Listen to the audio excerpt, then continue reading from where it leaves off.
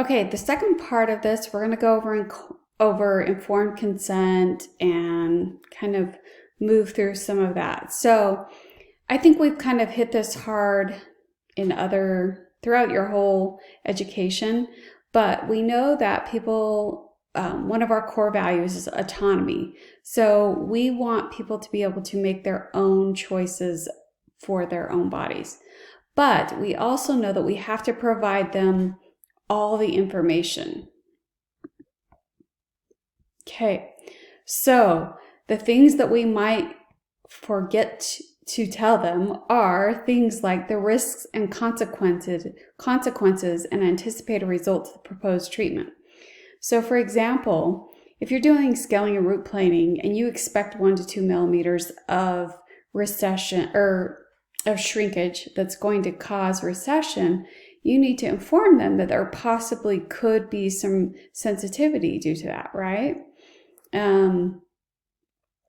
You also need to tell them if there's other options for them. So if you're trying to decide whether or not to do scaling or root planing and non-surgical periodontal therapy, or just send them to a periodontist, you need to give them that option. The risks, consequences, anticipated results, of the alternative.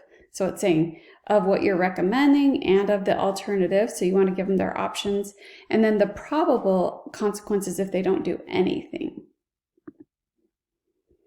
So we also know, I think we've hit this pretty hard before, who can give informed consent. We don't want people like children, they have to be old enough, or people who are mentally disabled, or the elderly that have dementia, right? So we want to make sure that they have the mental capacity to make those decisions. On there, it lists a few exceptions. One would be parents who are minors are granted authority. So if you have a 15-year-old who had a baby, they would be able to sign their own consent, and legally emancipated minors. Okay, now there can be implied informed consent, but the problem with implied informed consent is that then it becomes a he said, she said when we come to the law. So it's always better if we have it written down. So we could have this in our notes, which is a specific entry in the chart. You could have a specific consent document, like we have our informed consents, the 2 forms that we sign, and electronic consent software. So we use electronic consent, but it could be a written chart as well. Obviously, the more high stakes the procedure is, the more important it becomes to get that informed consent. So if you're just doing something like a prophy, not very high risk. But if you are doing something like an extraction, it's much more likely for something that could go wrong. So, okay. Professional malpractice. So malpractice is when we talk about, I want to say the term was universality, but I could be getting it mixed up with a different one. But you're doing what other people would do in the same situation. The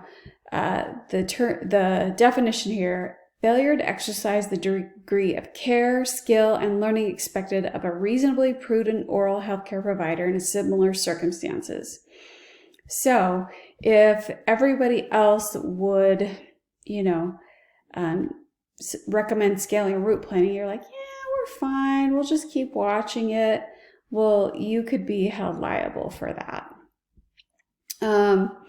There are some states that provide exceptions if you're a volunteer. So if you're just at, say, a health fair or something like that, you have to look at your Practice Act. So this is usually enforced in common law, meaning there's not going to be a law that says you should always scale and root plane with a 6 millimeter pocket, right?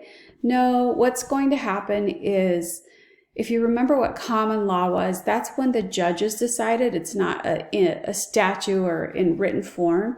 And so the judge says, well, this is what's happened in previous cases, so we're going to go forward and I'm going to rule this way. So that is how it is usually enforced in the legal setting.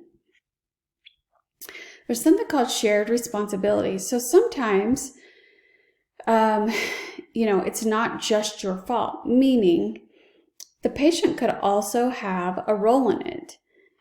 If they're not doing what you ask, or showing up to appointments or doing home care or whatever, or say you recommend they do 2 crowns and extraction and they don't do anything, then there could be a shared responsibility. It's not just you that is negligent. So the provider can fail to meet the standard of care, or the patient can fail to comply with the treatment plan. Also, there's something where hygienists and dentists both have a shared responsibility. And there's something called respondent superior. And basically what this says is, because the dentist is supervising you and, potentially owns the practice, they are responsible for the employees underneath them. So if you screw up, it kind of screws them up as well, right? They might be held liable for negligence as well. Most states allow 2 to 4 years for you to, a max of 2 to 4 years to file a lawsuit from the date of the alleged act, omission, or negligence. However, sometimes this person doesn't know until years later. And a lot of states have looked and added things like, if you didn't find out until now, you have 6 months to file that lawsuit. So an example would be this: say a dentist broke off a needle in the mouth and didn't ever tell the patient, didn't ever try to get out. Patient goes along for years, and suddenly there's, coming across pain or paralysis or something in the mouth, and they figure out what's wrong. Well, at that point, they could, still file a lawsuit, even though it's been more than the 2 or 4 years or whatever. And not every state has that, but just know that some do. But that's called the statute of limitations. Statute of limitations is how long you have to file that lawsuit after the offense occurs. So some states require that you always report this to the regulatory board. And then there's also something called the National Practitioner Data Bank, and it requires you to report stuff as well. So they collect data on if there's negative information.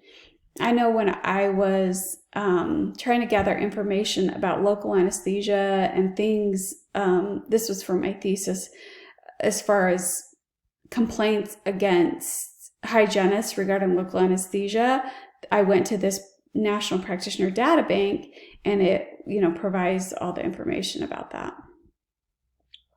Okay. A breach of contract. This is when you promise that something is going to happen, or not happen, So you're going to say, I'm going to give you local anesthesia and there are no risks at all.